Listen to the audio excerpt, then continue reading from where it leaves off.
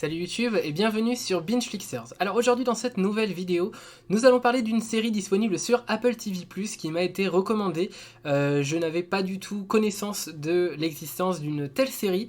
Il s'agit de 5 Days at Memorial. Alors au début, je pensais que c'était une série humoristique, juste en lisant le titre, je pensais que c'était une simple série humoristique où on allait être à l'enterrement de quelqu'un et il allait se passer plein de choses rocambolesques. Alors c'est absolument pas du tout le cas, il se passe pas du tout ça. En fait, Memorial, c'est juste le nom de l'hôpital dans lequel on va être amené à voir l'intrigue, puisque, eh bien, tout simplement, c'est une histoire tirée d'une histoire vraie. Il s'agit de la gestion de crise aux États-Unis et plus particulièrement à l'hôpital Memorial lors de l'ouragan Katrina, qui a fait, je crois, près de 2000 morts, un petit peu moins de 2000 morts et des blessés à n'en plus compter, quoi, et un nombre mais effrayant de blessés. Et donc là, on va suivre tout simplement les opérations au sein de l'hôpital Memorial, qui va se retrouver submergé totalement parce que personne ne s'attend que... Alors, tout le monde sait qu'il va y avoir un ouragan. En fait, ils sont un peu habitués dans la Nouvelle-Orléans. Ça se passe dans la Nouvelle-Orléans, donc ils sont un petit peu habitués à avoir régulièrement des tempêtes, des ouragans. C'est un petit peu habituel chez eux, même si c'est toujours horrible à vivre et tout le monde s'y prépare. Mais voilà, ils ont une certaine, pas une lassitude, mais une certaine habitude. Ils savent comment gérer, ils ont des protocoles particuliers et voilà. Et dès le début, c'est un petit peu ça en fait. En fait, chaque épisode, je crois qu'il y a 5 épisodes, et les 5 épisodes représentent les 5 jours tout simplement qu'on va passer dans cet hôpital. Et donc le premier épisode, eh bien, on nous présente tout simplement quelques patients, quelques médecins, et puis on voit comment ils se préparent à vivre tout simplement l'ouragan, comment est-ce qu'ils vont s'organiser pour passer l'ouragan en attendant que tout revienne à la normale. Rien de plus anormal finalement. Que le premier épisode. Et puis très vite, on se rend compte qu'en fait, ce qui était prévu d'arriver, l'ouragan qui était prévu, ça se passe pas du tout comme ça devait. C'est-à-dire que c'est beaucoup plus violent que ce qu'on attendait. C'est vraiment absolument cataclysmique ce qui se passe.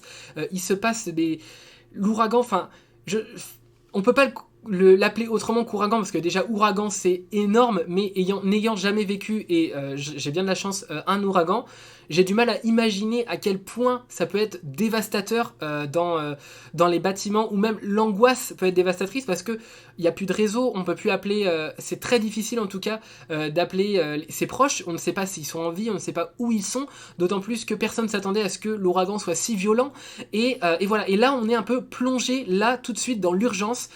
C'est pas du tout une série d'hôpital, même si ça se passe à l'hôpital.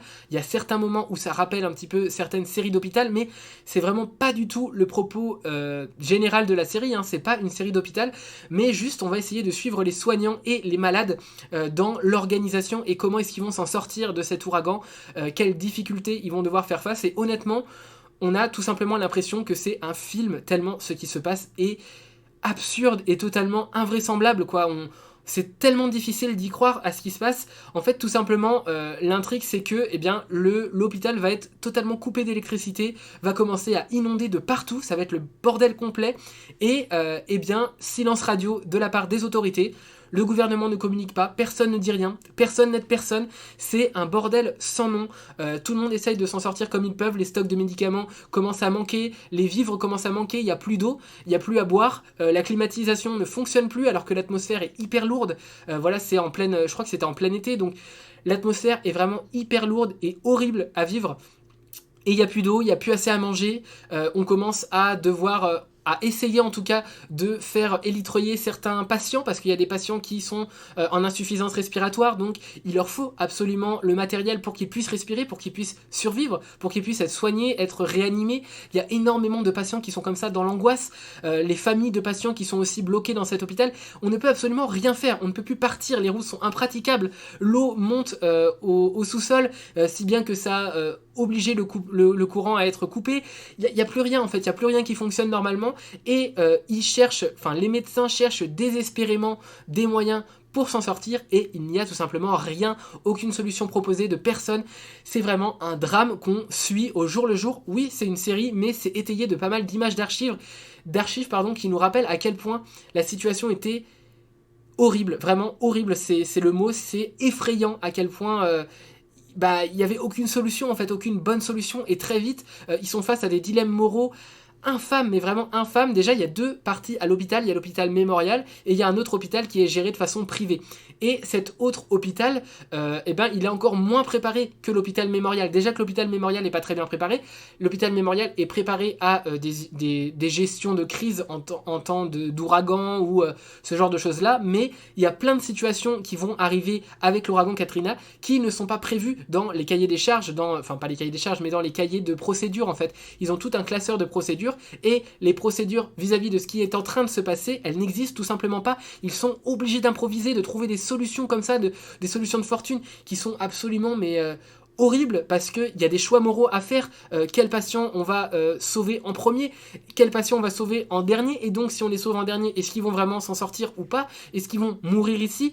Et c'est toute l'enquête qu'il y a eu après autour de cet hôpital Mémorial, parce que oui, comme j'ai dit, c'est une histoire vraie, et donc ce qui se passe dans la série, certes, c'est certainement romancé, ça ne fait aucun doute, mais ça a vraiment eu lieu, en fait, l'hôpital Mémorial a vraiment eu énormément de soucis dans la gestion de cette crise, et notamment dans les décisions qu'ils ont prises.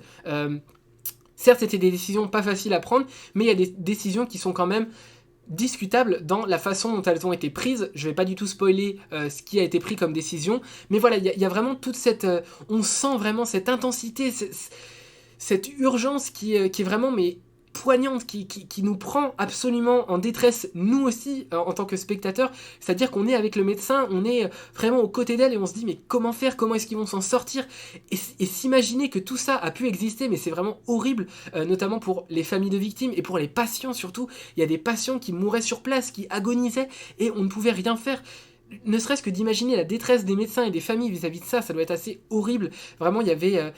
c'est horrible à imaginer, la crise a vraiment été gérée d'une façon désastreuse, mais en même temps c'est aussi difficile d'en vouloir parce que juste personne s'attendait à ce que ce soit de cette intensité, que l'ouragan soit de cette intensité. Ils ont l'habitude, voilà, d'avoir des ouragans, mais jamais de cette intensité. En tout cas, là, l'ouragan Katrina a vraiment été dévastateur. On voit des images après de ce qui s'est passé, des maisons, des gens qui sont bloqués sur leur toit, qui demandent à manger, personne leur en apporte.